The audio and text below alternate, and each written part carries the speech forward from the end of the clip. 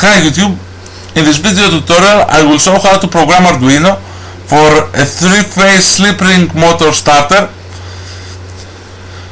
Let's speak a little bit about the goals of the program.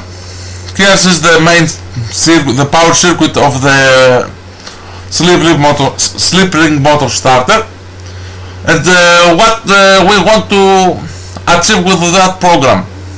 First of all, we want the main contactor will be armed, and after a time we want this contactor to be armed. Why we want to do that?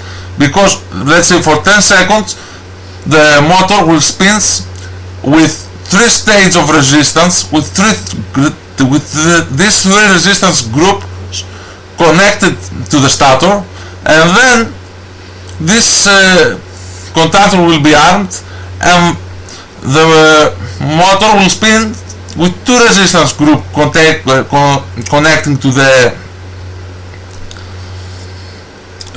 stator. After a time, this contactor will be disarmed and this contactor will be armed, and the motor will work with 1 resistance group in the starter.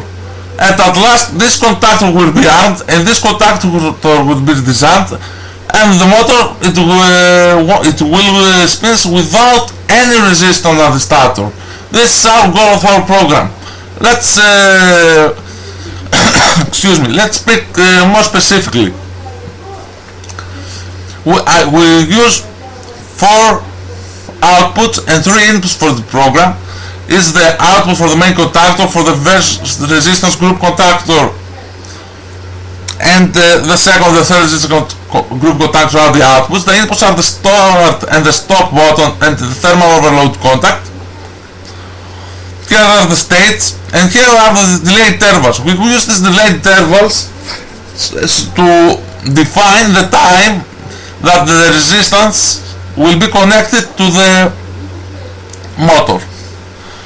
So the first resistance will be out, the first resistance group will be out after 10 seconds from the starting, the second resistance group will be out after 20 seconds from the starting, and the third resistance group will be out after 30 seconds from the starting. We don't use the delay function. Why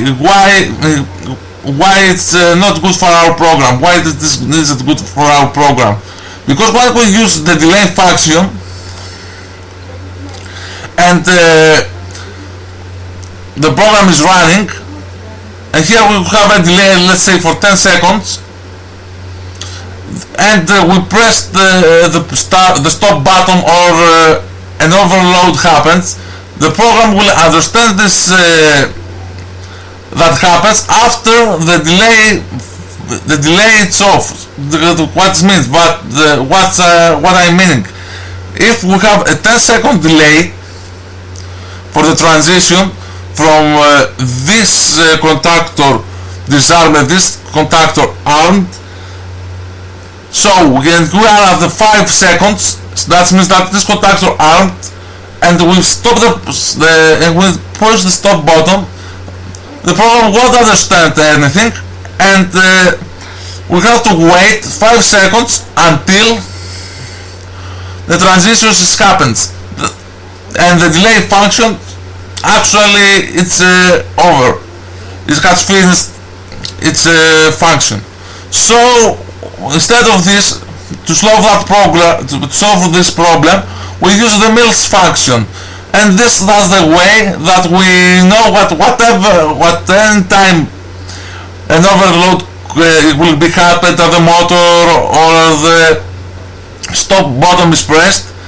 The program will understand that it's happened and will act as we want. We will stop the motor. That's why we use the Mills function as shown here. So this is the difficult part of the program. The if statement is the starting condition of the motor. Here's the ceiling functionality. What I mean by the ceiling functionality.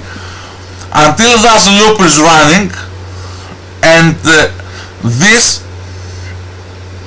if statements will be true or false.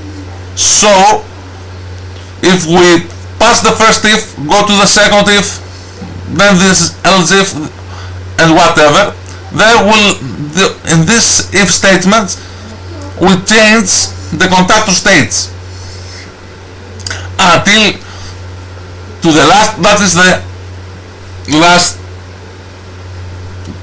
stage, the last stage of the program. So, and we read again the mills.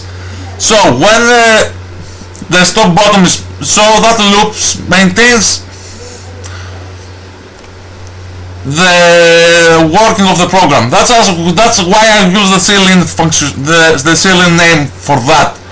Whatever, you can tell it as you want. So after that I read again the mills and I step over again to the loop. That is how basically runs the program. Works the at these cells, what I use it because what if an overload happened or a stop bottom is pressed at any stage, I want everything go to low, everything go to stop. The contactor will be disarmed and stop the motor. That is happening with this else. The program, the code is available for downloading at the description. There is a link on the description to download the program, so you can study it as much as you want. Thanks for watching. See you in my next video. Until then, bye.